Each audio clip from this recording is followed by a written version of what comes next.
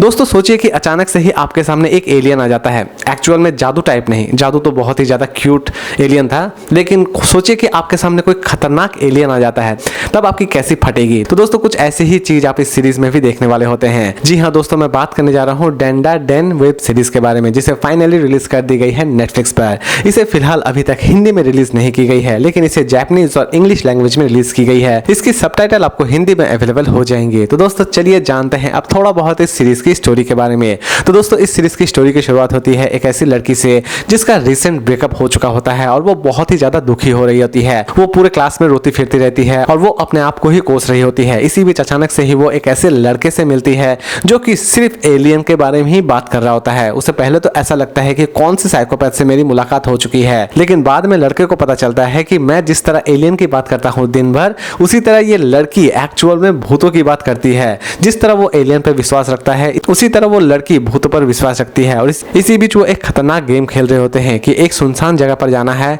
और वहां से घूम के वापस आना है। लेकिन वहां पर जाते ही इन दोनों का सामना कुछ अजीबोगरीब चीजों से होता है। लड़की का सामना एलियन से होता है और दूसरी तरफ लड़के का सामना कुछ भूतों से होता है। और ये दोनों जब एक दूसरे का सामना कर रहे होते हैं तब क्या बवाल खड़ा होता है, ये तो आपको इस सीरीज को देखने के बाद ही पता चलने वाली है। सीरीज की दोस्तों फिलहाल सिर्फ एक ही एपिसोड रिलीज की गई है, बाकी के एपिसोड बहुत जल्द नेटफ्लिक्स पर रिलीज कर दिए जाएंगे। सीरीज में दोस्तों सेक्सुअलिटी और न्यूडिटी दोनों ही चीजें हैं, और इस सीरीज को किसके साथ देखना है और नहीं देखना है ये तो मैं पूरी तरह से आपके ऊपर ही छोड़ता हूं। दोस्तों ये मत समझ लेना कि ये एनिमेटेड सीरीज है तो चलो बच्चों के साथ बैठकर देख लेते हैं, क्योंकि सीरीज के बीच में ही कुछ ऐसी चीजें आपको नजर आने वाली हो जाएंगी जिससे आपका बच्चा नन्ना मुन्ना से थोड़ा बड़ा हो जाएगा। तो दोस्तों समझ ही रहे होंगे कि इस सीरीज को किसके साथ देखना है और किसके साथ नहीं देखना है। सीरीज में दोस्तों आप अच्छा खासा एक्शन और अच्छा खासा कॉमेडी एंजॉय करने वाले होते हैं। सीरीज आपको एटलीस्ट किसी भी जगह पर बोर नहीं करने वाली होती है। सीरीज के फर्स्ट एपिसोड लगभग 32 मिनट की है, यानी कि ये सीरीज एटलीस्ट आपको किसी भी जगह पर पकाने वाली तो बिल्कुल भी नहीं होगी।